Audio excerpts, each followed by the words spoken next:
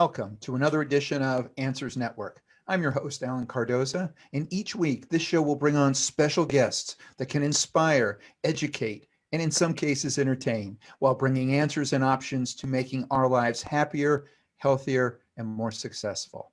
Now, we are going to introduce you to top professionals and talented authors who are working to make this world a better place for all of us.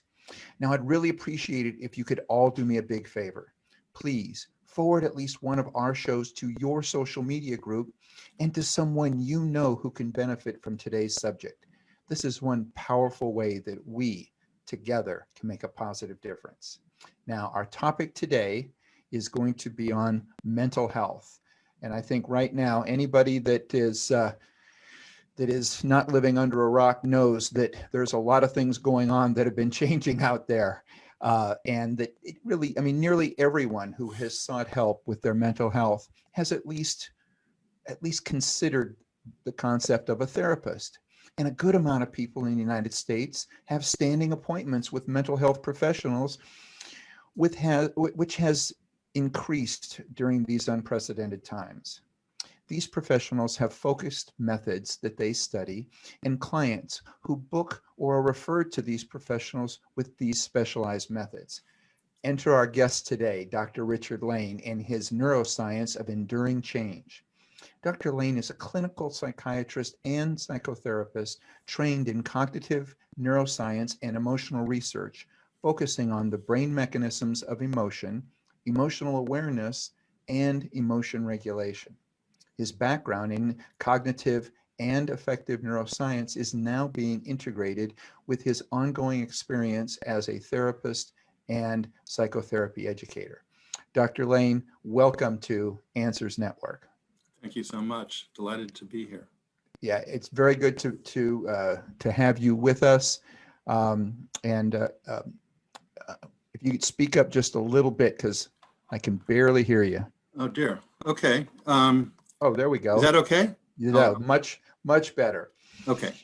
So I have, first of all, I have enjoyed I have enjoyed reading the book that you have contributed to, but it's much more like a manual, in the sense that it's I think it really goes a lot into really educating people in psychotherapy and in neuroscience. So share a little bit about you and what brought you to this particular approach to psychotherapy.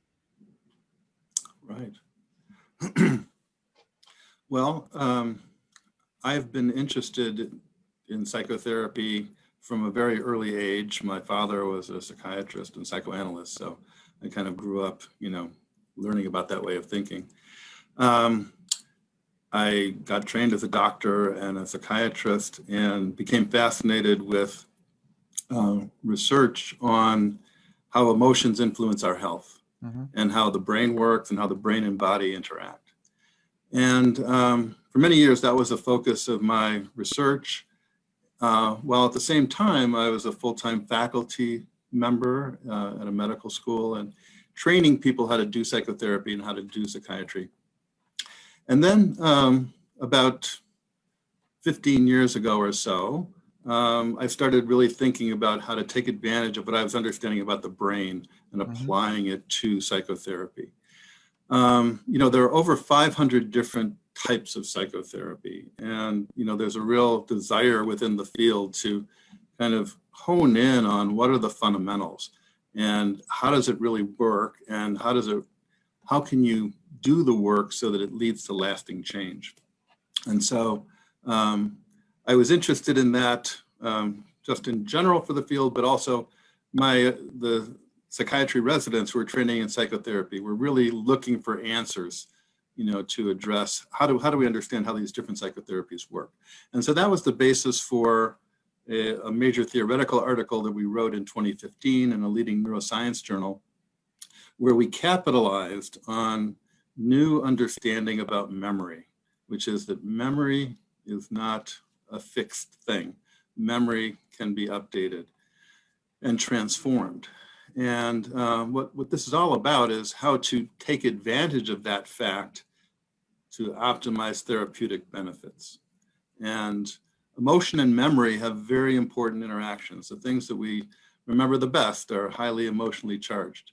And in psychotherapy, there's a lot that goes on involving emotional exchange with the therapist. And so we're really trying to, talk about how we can reactivate old memories and update them with new emotional experiences to get the most bang for the buck.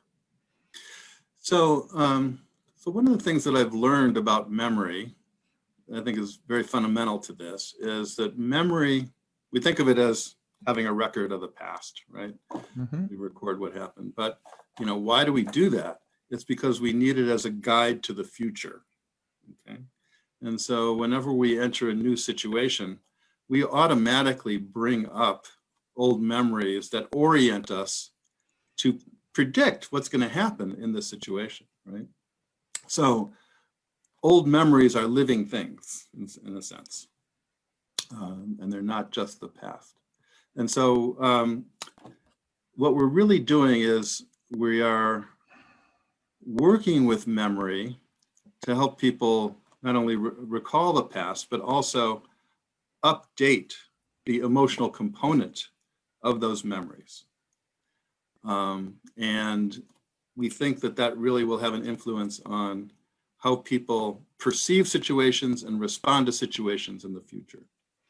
Now, can you give us an example of that? Sure.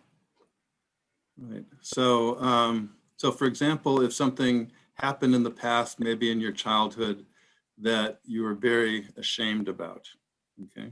Mm-hmm. And maybe you never spoke to anyone about it before, okay? And it kind of haunts you and it influences how you interact with other people. If you were to bring that up with a psychotherapist, once you establish, an alliance with that person and you trust them, and lo and behold, the therapist responds to you in a way that's unexpected. It's very compassionate, it's non-judgmental, it is, forgiving and maybe even loving. That changes the emotional component of that memory. You start to feel differently about what happened, you start to feel differently about yourself, and it's not going to affect you in the same way going forward in social situations. You might be more inclined to think that people will be accepting of you rather than rejecting of you. Mm-hmm. Does that make sense? Yes. But what I'm thinking is that, so in fact, I sat in on what was called forum or group, and I was really shocked. And it was a group of teenage girls. And so there was a facilitator. I was sitting in as a guest, and there were 16 girls. And the subject, one of the girls started talking about being sexually exploited. And all of a sudden, other girls started to talk about it as well.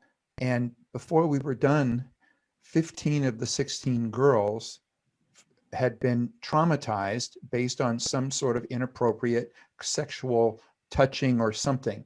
Mm-hmm. So if we use that in this situation, this is a memory that I know that in typical psychotherapy or whatever, a lot of it is bringing this memory out. In some cases it's suppressed, in some cases it's not. But with a subject like this, how do you change that memory to the point in which it's no longer affecting them, let's say every time they're around a certain type of person, because it reminds them of that event that occurred when they were very young? Right. So tell me how your method not only helps this situation, but how it does it in a much quicker fashion. Well, so I think that one of the things that happens with trauma is that people become defensive and apprehensive in a more generalized kind of way. So for example, if you've been sexually abused by one person, you might be reticent to get close to all mm-hmm. men, for example. Right. Okay. And I think that the goal of the therapy is to recontextualize it essentially so that the fear is associated with a specific stimulus and doesn't overgeneralize, right? Mm-hmm. The steps that we think are involved are, number one, to recall the old memory and the old painful feeling, okay? That's a very hard thing to do, actually. Right. And that's why, establishing a therapeutic alliance and establishing trust with the therapist or with the group is really essential. And then what you've accomplished by doing that is that you've reactivated the old memory in such a way that it can potentially be modified or transformed. We call it in a labile state. Mm-hmm. And so while it's in that state, then to have what we'd call a corrective emotional experience, right? Mm-hmm. So oftentimes, for example, women who've been sexually, abused might feel guilty, might feel like they were at fault. And I think that by bringing in an objective perspective, you can help the person see, no, that's absolutely not the case. And, it's not your fault. And this person, had no business doing that whatsoever. It's really horrible what happened to you. And, I'm so sorry that happened to you. When this has been locked away, it just kind of festers and, the person is just generally protective. But I think going into it in this particular way can kind of define exactly what the problem was and then learn to discriminate between what's safe and what's not. Mm-hmm. And so it doesn't happen all at once, but I think it's, I think we have a handle on how to do it as efficiently as possible. Okay. And so if you're changing this memory, and you now have 10, 15, 20 years later, how might that memory appear, or is it being dissolved? Mm-hmm. I mean, what would you, how, would you say that it's being altered to where it now just appears in their mind in a different way so that it has different triggers, or it's dissolved to where they don't, they're not triggered to go to it at all? Yeah. So there's an important concept here, which is that we think that as people grow up, they create what we'd call an internal working model of how the social world works.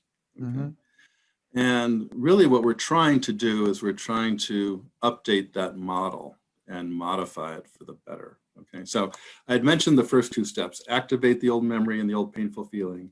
And the second step is to have a corrective emotional experience, Mm-hmm. one or more.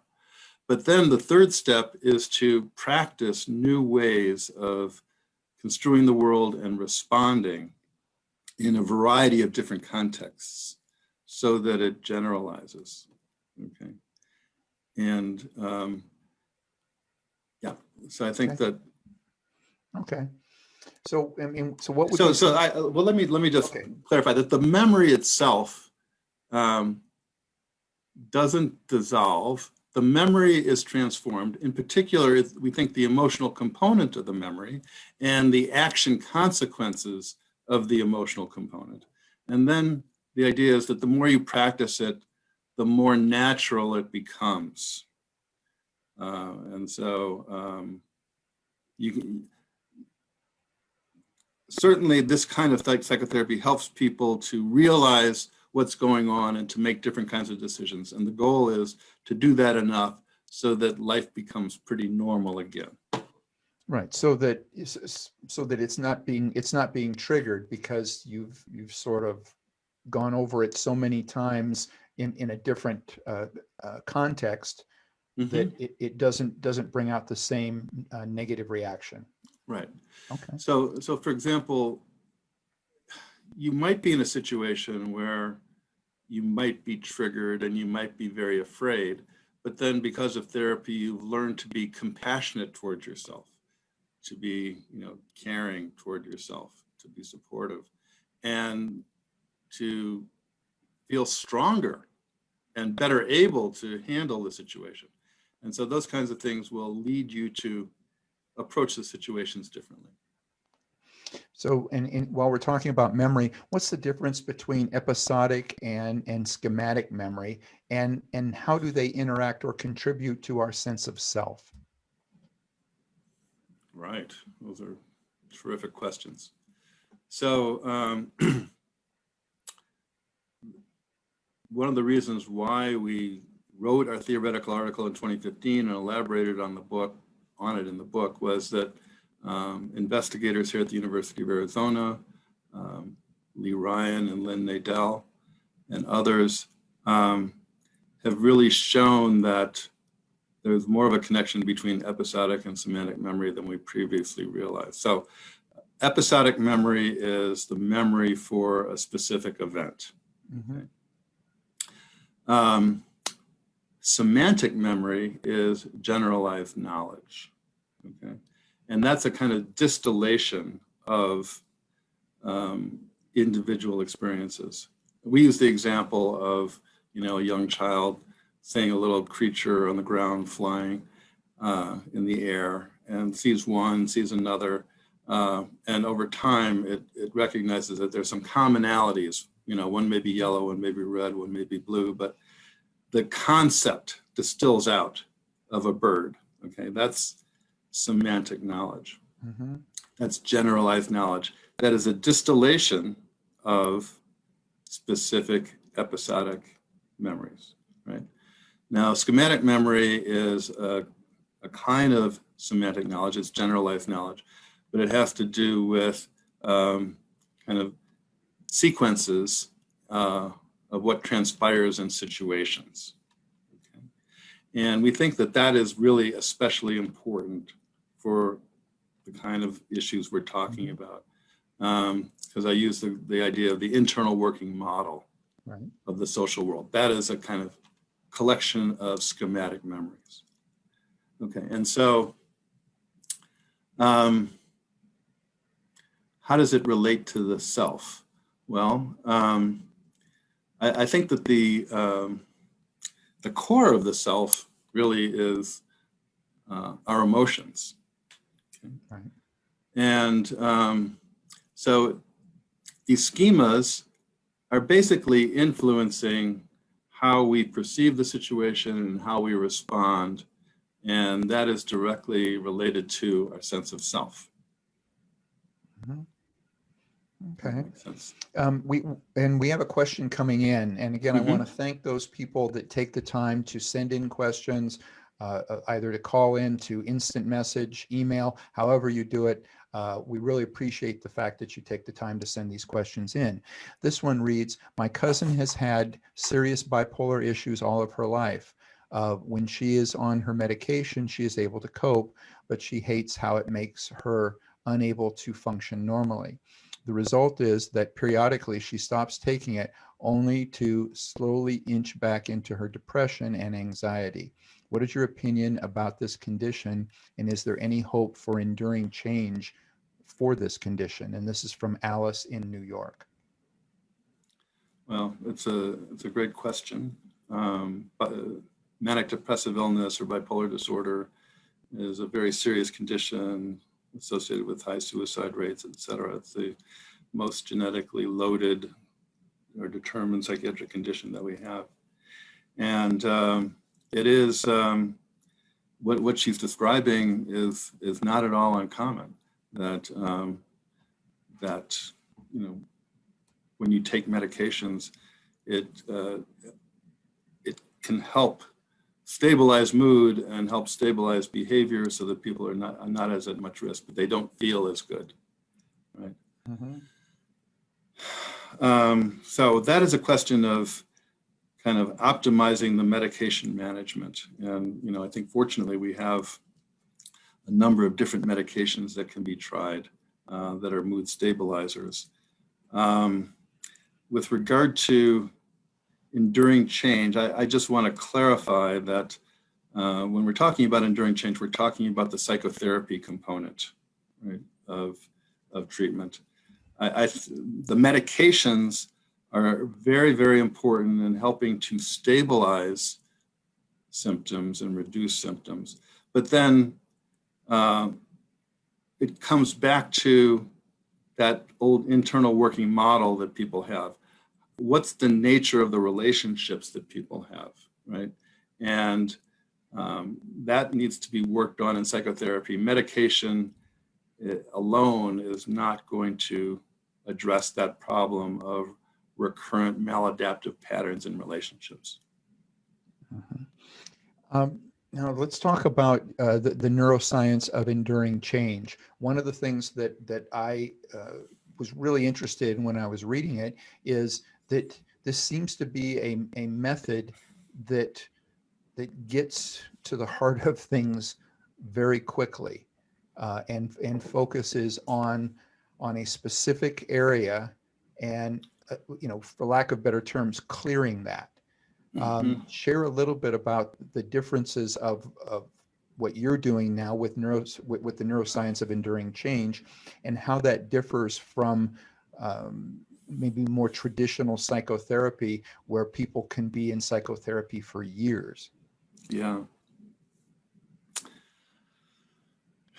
Well, I wish I could say that we found the answer so that long-term psychotherapy isn't needed. I think what we're claiming is that there are a variety of different ways of doing psychotherapy, and to the extent that they create enduring change, they work through this mechanism.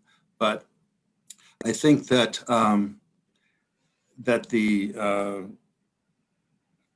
severity and pervasiveness of the problem will influence how long the psychotherapy needs to go on for. Okay, so if for example, the problem is one that's confined to certain specific situations, or if it's a temporary change in mood, that might last weeks or months, that is reversible. Those are two examples of maybe things that could be treated more quickly.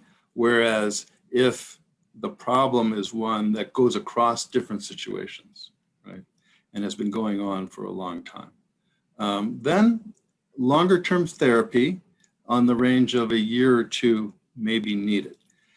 Now, I think that one of the things that I would really highlight in our model compared to traditional psychotherapy, where traditional psychotherapy had a major focus on helping people to understand themselves and understand their path.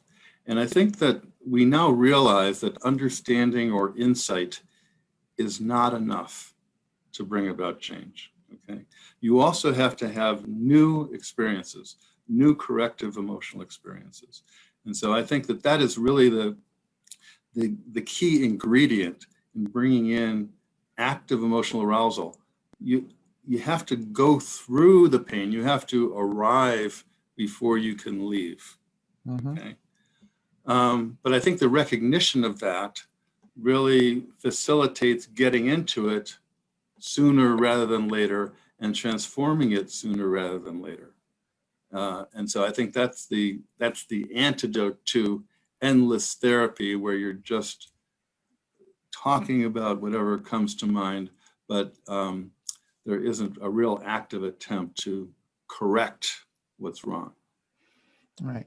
Well, we're going to take a break, but when we come back, I'd like you to discuss maybe obviously without using any names or anything, but an example of a situation to where someone maybe was in therapy for a very, very long time, and using your method allowed this person to quickly deal with a particular issue and move through it very quickly. So if we can do that, but again, when we come back, but right now we're going to take a break. So for everybody out there, stay with us. You're listening to Answers Network. Founded over 30 years ago to meet the needs of families in crisis, West Shield has continually focused on resolving issues that negatively impact families and businesses. Our signature therapeutic transportation service helps to ensure that adolescents in crisis are safely transported to specialized schools, programs, and treatment centers with unsurpassed experience and success. We are supported by our full-service licensed investigation agency that has legally, professionally, and compassionately located hundreds of runaways and teens. We are experienced and qualified to help, offering solutions which may include referrals to our international network of top professionals in the fields of educational consulting, psychology, psychiatry, and investigations. Simply put, West Shield Adolescent Services and West Shield Investigations are the best solutions when your family is facing a personal crisis. Call 1-800-899-8585, 24 hours a day, 7 days a week. That's 1-800-899-8585, or visit our website at westshield.com. Thank you. And we're back. You're listening to or watching Answers Network. We are talking with Dr. Richard Lane. We're talking about his Neuroscience of Enduring Change. And before we went to break, so I asked a question in regards to sort of to be able to go into a case study, so to speak, and maybe something that is relatively common, so that, you know, there may be somebody out there listening that's going to go, oh, that's what I'm going through. And especially now, today, with a lot of people going through, there's a lot of depression, there's a lot of people feeling isolated because of the pandemic situation and the way it's being handled. So what are some things that, or a case study that would allow people to see how they might be able to get through it quicker? And also, what are some things that people can do at home that they can do themselves to maybe help get them through what is a difficult time? Wow. Okay, well, I did think of a case that I think would be useful. Want to give major credit and acknowledgement to Dr. Bruce Ecker from New York, who is really the first psychotherapist to write about the importance of memory reconsolidation as it relates to psychotherapy. So I think he published his first book in 2012, if I'm not mistaken. And he has a number of, case vignettes that I think are very, very powerful. And Dr. Ecker has a chapter in our book as well. Mm-hmm. But he gives the example of a man who was in his 50s who came to him because he was unhappy with basically the fact that he hadn't really succeeded occupationally in the way that he wanted to. He would work in a job for a couple of years, kind of get tired of it, move on to something else. And he kept changing every 2 or 3 years. And here he was in his 50s, and he didn't really have much to show for it. And so Dr. Ecker took a careful history, including, learning about his childhood, and found out that this man's father worked in a factory. And he hated his work, but he got a decent wage and he made enough money to support his family. And he just stuck it out, for decades. But many times he'd come home and he would, tell the family, never stay in a job, on a long-term basis. It'll ruin your life. Okay. So this detail came out in the history taking, and this client had never really made the connection between this message that he'd gotten. It was kind of an implicit memory. It was a memory that was deeply stored in his mind, but wasn't in the forefront. But it was influencing his behavior. Okay, so Dr. Ecker worked with him to reactivate that old memory and the old feelings. And then to really look at, whether that really made sense for him. He was able to get in touch with all of the negative emotional consequences associated with changing jobs. And with Dr. Ecker's help, he started looking for examples of people who he knew, who had stayed in their job for a longer period of time and had actually been quite fulfilled. Okay. Mm-hmm. And so to actually bring that to mind, to experience that, and to juxtapose that with the old memory that was causing the problem created the transformation, such that he was freed up and he was able to feel okay about choosing something and sticking with it. And then there was some long-term follow-up, and indeed it was successful. So that gives you a kind of in a nutshell how an old memory can, which has a lot of emotional significance, Right. can really influence a person's life without their realizing it. And it can be transformed. That's the idea. I like it. Now, I know you mentioned in your book that REM sleep is very important. So share with us what the role of REM sleep is in memory transformation. Yeah. So, so one of the things that is fascinating about this whole area of bringing brain science into psychotherapy is that it opens up new ways of thinking about clinical issues and brings a new perspective to it. So if you're depressed or if you're anxious, that goes with having trouble sleeping. And we know that as clinicians, we always want to help people to sleep better, right? That's really a major target symptom. But what we haven't really realized is that the ability to sleep well may influence how successful psychotherapy will be. And here's why. The science of memory tells us that, the memories get reactivated and new information is introduced, but they get revised or reconsolidated at night when you're sleeping, okay? And if you think about it, that makes sense because we're essentially, taking in all sorts of new information during the day, but when we're sleeping, the outside world is shut out, and then we can do some housekeeping and we can do some storage, and things can get, consolidated in that way. REM sleep is very interesting. That's when most of dreaming happens, right? And what's been determined is that emotional memories get reconsolidated preferentially during REM sleep. Okay. So it's very important then that people be able to sleep well and have good REM cycles in order to consolidate the changes that would happen in psychotherapy. Okay. So there are certain kinds of medications that actually may help with anxiety or depression, but actually can interfere with REM sleep. Serotonin reuptake inhibitors, Prozac and others being an example of that, okay? Wait, hold on. You said one of them would be a serotonin inhibitor? Serotonin selective reuptake inhibitor. Okay.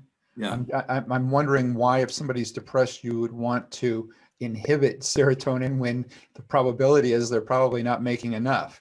Right. You're inhibiting the reuptake so that more is available in the synaptic cleft. Gotcha. Okay.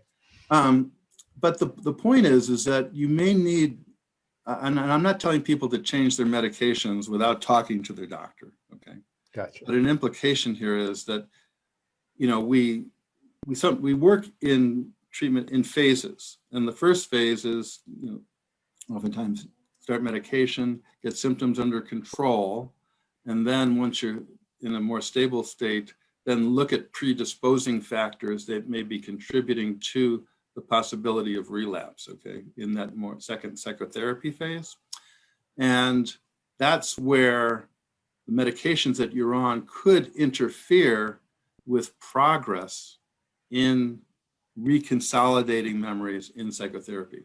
And so, one of the things we try to do is have people stay on medication for as long as they need them, but then taper off when they don't need them anymore. Good. And if they still need help with sleep, there are very many non-pharmacological ways of helping people to sleep, such as cognitive behavioral therapy for insomnia, various kinds of sleep hygiene activities and things like that. So it's an example of an implication that comes out of the science of memory that has potential clinical application. All right. Now, for those that we've used a lot of different types of therapy in this conversation, and there may be some people that may not know the differences. So, share a little bit about psychodynamic therapy, cognitive behavioral therapy, and regular behavioral therapy, and talk a little bit about what the differences are, and how does someone know which is best for them based on what they're going through. Yeah, that's the $64,000 question. And I, to be honest, we haven't really figured that out. But I can tell you what the different kinds of therapy are. Mm-hmm. Okay, so one kind of therapy called behavioral therapy or exposure therapy. So, for example, if you're scared of heights, let's say you're scared of spiders, for example, the treatment might involve gradually exposing you to tiny doses of a spider. It might be a kind of rubber spider first, right. But then, we introduce a live spider and you bring it closer and closer, not beyond what you can tolerate, but you learn that the spider is not as dangerous as you thought. Okay, that applies to other things like fear of heights. It applies to things like, social phobia, where you're afraid of, being rejected by other people, and so you have gradual exposures to the feared situation, and you learn that it's not so frightening, and that you find that you can work with it. Okay. So, interestingly, that kind of therapy doesn't involve memory reconsolidation, but it involves what we think of as a new memory. It's called extinction, and it's like you recognize that, the situation, basically it's, these exposure therapies can very much help people, and they can lead to relief. But the issue is, does it change the original memory, or is the original memory still there? If it's still there, it can lead to relapse. Okay, and so it's still beneficial to do it, but you may need to come back. Okay. Cognitive behavioral therapy is a further elaboration of that, where it's often used in the context of depression and anxiety disorders and a variety of other conditions, insomnia, et cetera. And it really has to do with fundamentally recognizing that, for example, people get depressed because of the internal dialogue, the automatic thoughts, the things that they say to themselves. They're highly critical of themselves, they're very judgmental. And if you can, work with a therapist to identify what those cognitions are, right? You can undermine them, you can change them, you can, is it really true that you're a stupid person? You might tell yourself you're stupid, but then you realize actually you're not. And so how can you change your behavior as a result of this new way of thinking? And then you're given homework and you practice. And there's a very good scientific evidence base supporting cognitive behavioral therapy. Psychodynamic psychotherapy is the oldest one, and I think that it's a type of psychotherapy that's continued to evolve.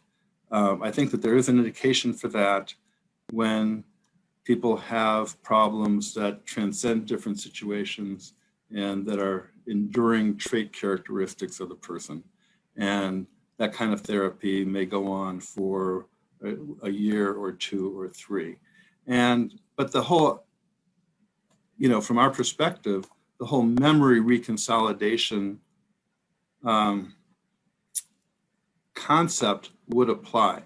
It not only involves having in psychodynamic psychotherapy, not only going through past experiences with other people, important people in your family, other relationships, but also uniquely in psychodynamic psychotherapy, you form a special relationship with the psychotherapist such that you start having feelings for the therapist, and the problems that you have in your other relationships get manifested and expressed in the interaction with the psychotherapist, and having the experience of working through the problem in the room with the therapist, the same kind of fundamental problem that you may be having with a spouse or with a sibling.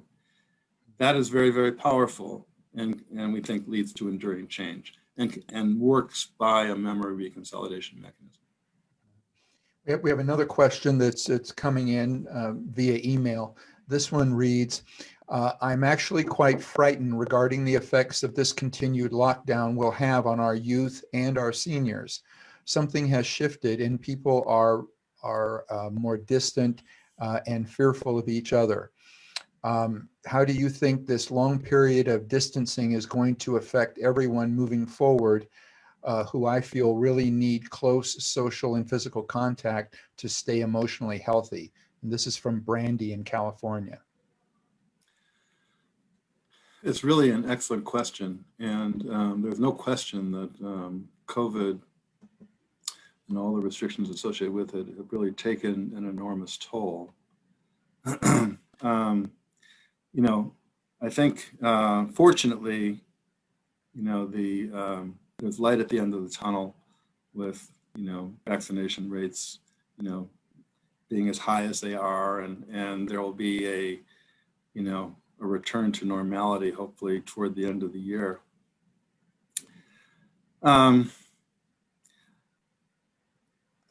I think that, people are really craving, interaction with others. Most people are. And I think it's just been very, very difficult. It's hard for me to say what the long-term effects will be. My guess would be that people who had, for example, early life trauma, who had abuse or neglect in childhood, may be particularly traumatized by COVID and will have more difficulty recovering and getting back to normal than people who had a healthier upbringing. Okay. And so that would be, if people have trouble getting back into the swing of things, that might be an indication for seeing a psychotherapist, and maybe finding out how some early experiences may be interacting with the current situation to create barriers to normality. So I just glanced at the clock. We've got about 4 minutes. So if you can give us your recommendations on what you believe the duration, spacing, and number of psychotherapy sessions, and I realize that this is kind of hard because I'm sort of envisioning, obviously everybody is different, but is there a number that somebody should start to feel like this is a good fit? They're making progress, or is this even a fair question? Mm-hmm. Well, I think it's very important. I think that you can tell within a couple of sessions whether or not you feel understood and whether or not you feel that the person is trustworthy. Okay. I think that within 3, 4, 5 sessions, there should be a kind of working alliance so that you really have a sense of what the problem is and what you're working on. Okay. Mm-hmm. I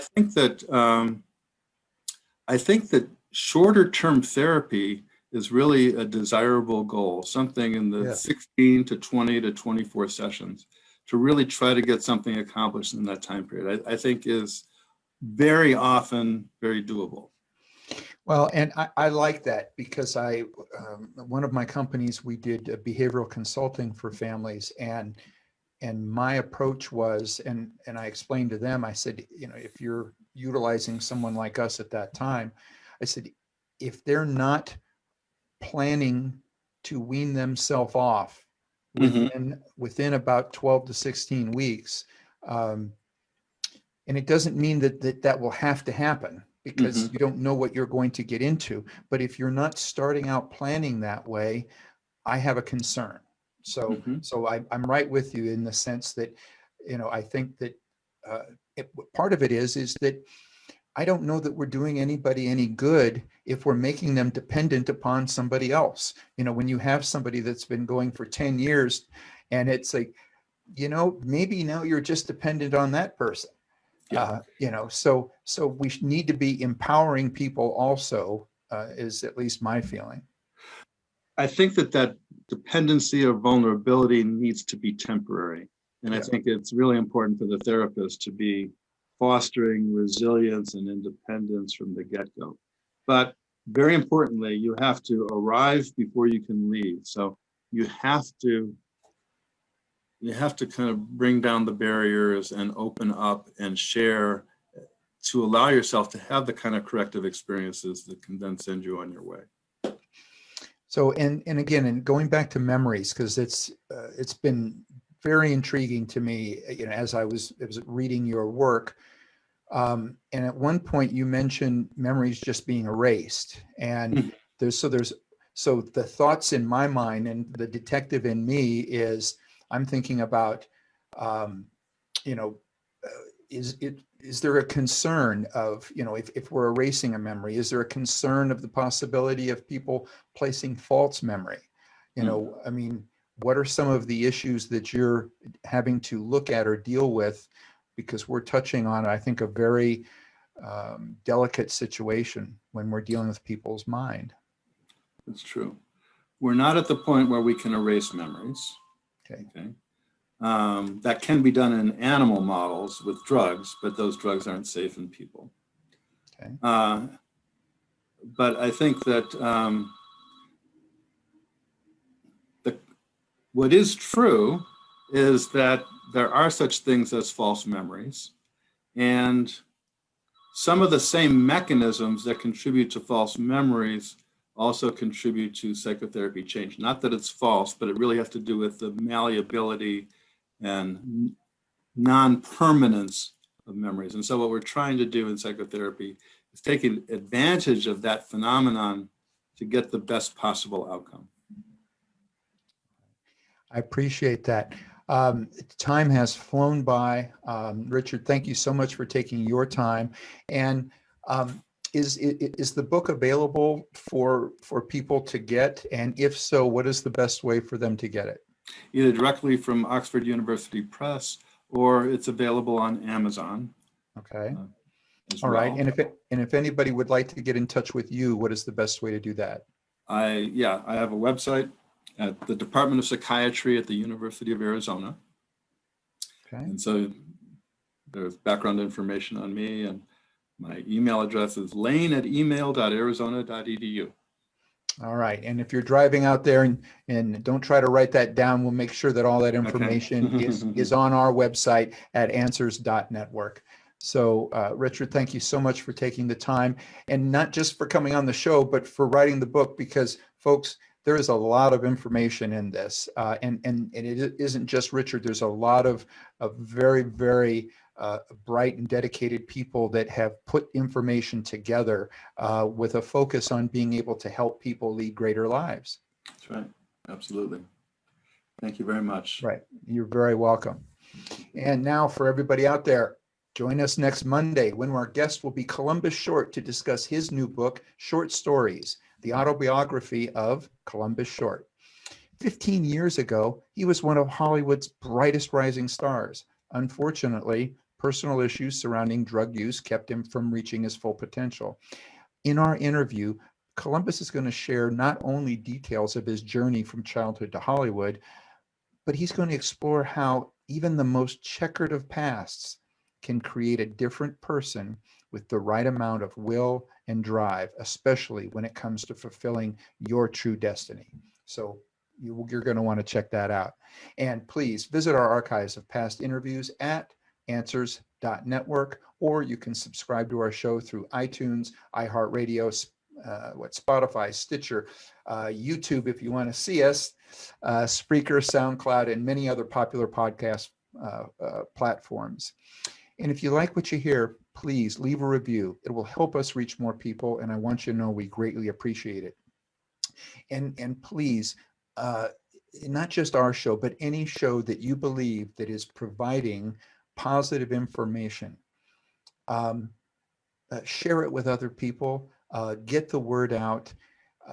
This is the only way that we're really going to be able to combat the negativity that's being put out in lots of other areas, is to be able to let people know that there are positive shows out there. There are shows that are going to make people think and make people feel better about their lives, and hopefully make decisions to help others as well.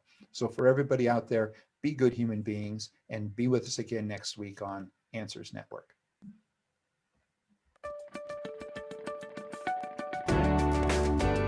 You're listening to Answers Network with Alan Cardoza, only on LA Talk Radio.